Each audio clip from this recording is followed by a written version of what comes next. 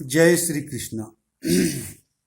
नल का रूप बदलना, ऋतुपर्ण के यहाँ सारथी होना, भीमक के द्वारा नल दमयंती की खोज और दमयंती का मिलना।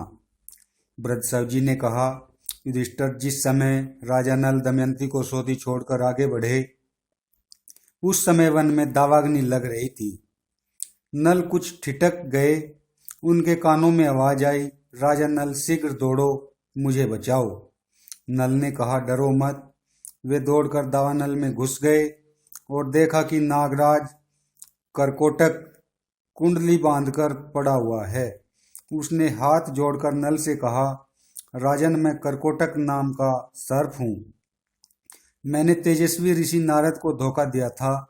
उन्होंने शाप दे दिया कि जब तक राजा नल तुम्हें न उठावें तब तक यहीं पड़ा रहे। उनके उठाने पर तू सांप से छूट जाएगा। उनके सांप के कारण मैं यहाँ से एक पग भी हट बढ़ नहीं सकता। तुम सांप से मेरी रक्षा करो। मैं तुम्हें हित की बात बताऊंगा और तुम्हारा मित्र बन जाऊंगा। मेरे भार से डरो मत, मैं अभी हल्का हो जाता हूँ।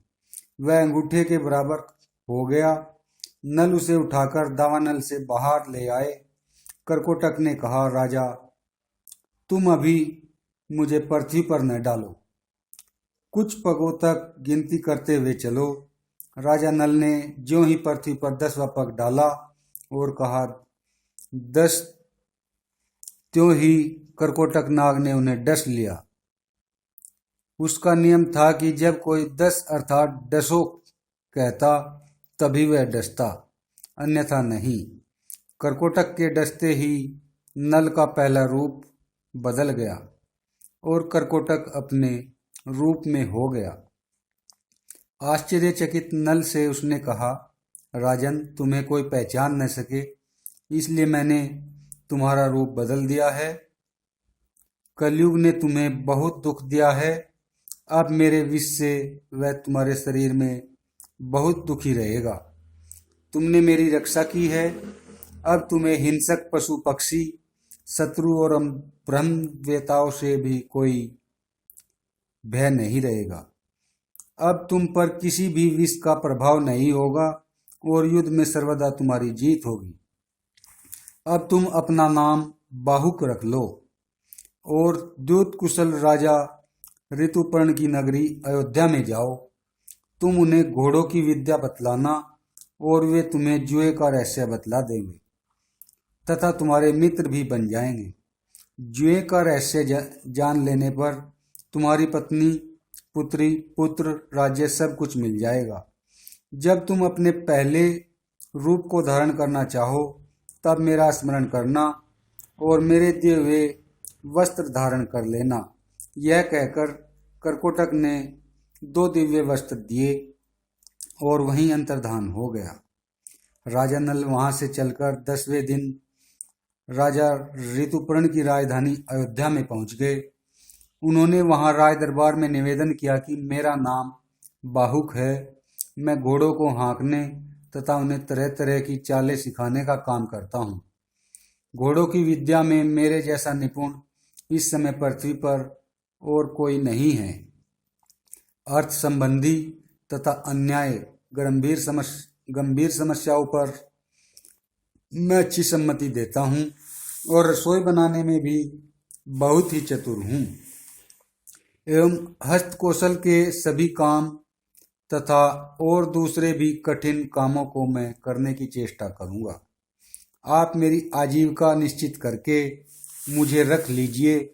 ऋतुपर्ण ने कहा, बाहुक, तुम भले आए, तुम्हारे जिम्मे ये सभी काम रहेंगे, परंतु मैं शीघ्रगामी सवारी को विशेष पसंद करूंगा।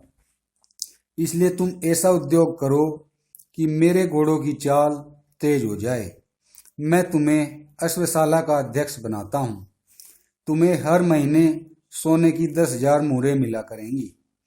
इसके अतिरिक्त वार्ष्णेय नल का पुराना सारथी और जीवल हमेशा तुम्हारे पास उपस्थित रहेंगे। तुम आनंद से मेरे दरबार में रहो। राजा ऋतुपर्ण से सत्कार पाकर राजा नल बाहुक के रूप में वासरने और जीवल के साथ अयोध्या में रहने लगे।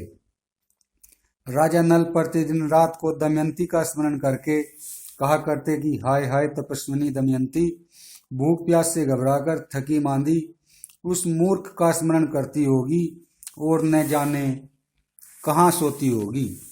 भला वह अपने जीवन निर्वाह के लिए किसके पास जाती होगी।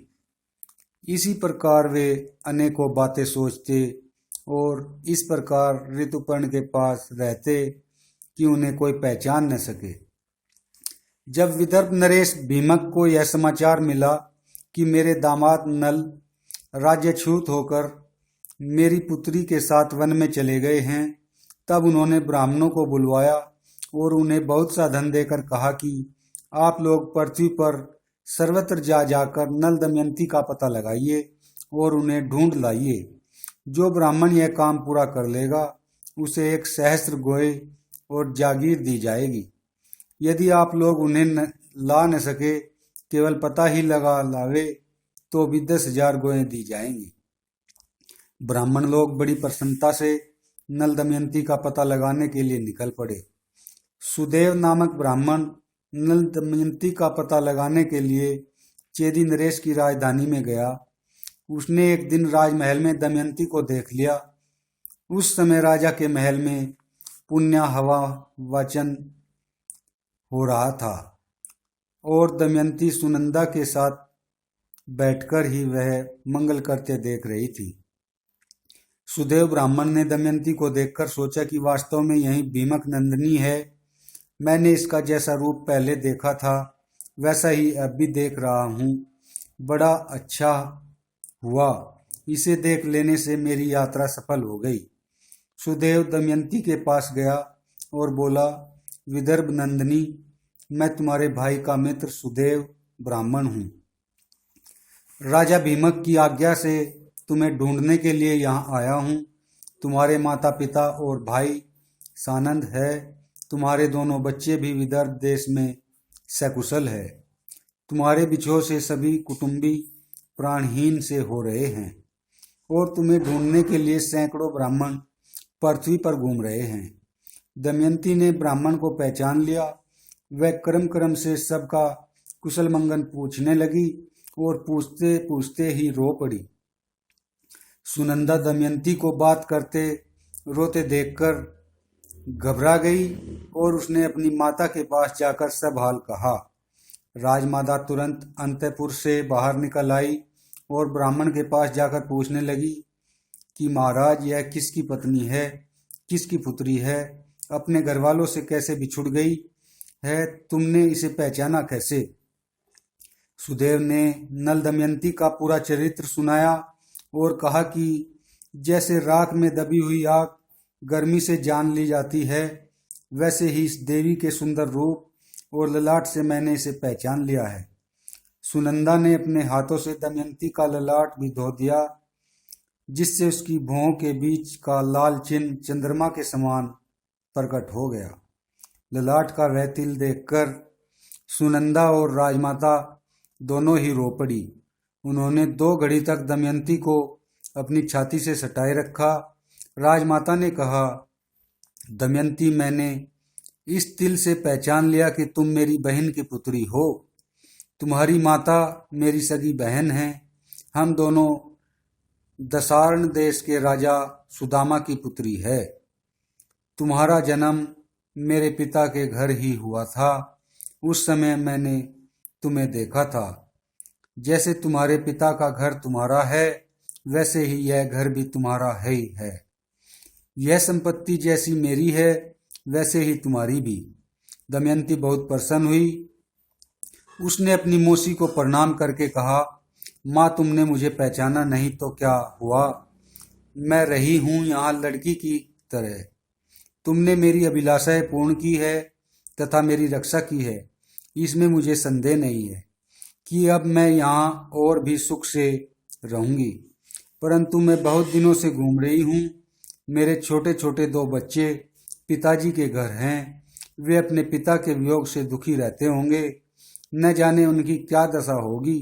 आप यदि मेरा हित करना चाहती है तो मुझे विदर्भ देश में भेजकर मेरी इच्छा पूर्ण कीजिए। राजमाता बहुत प्रसन्न हुई।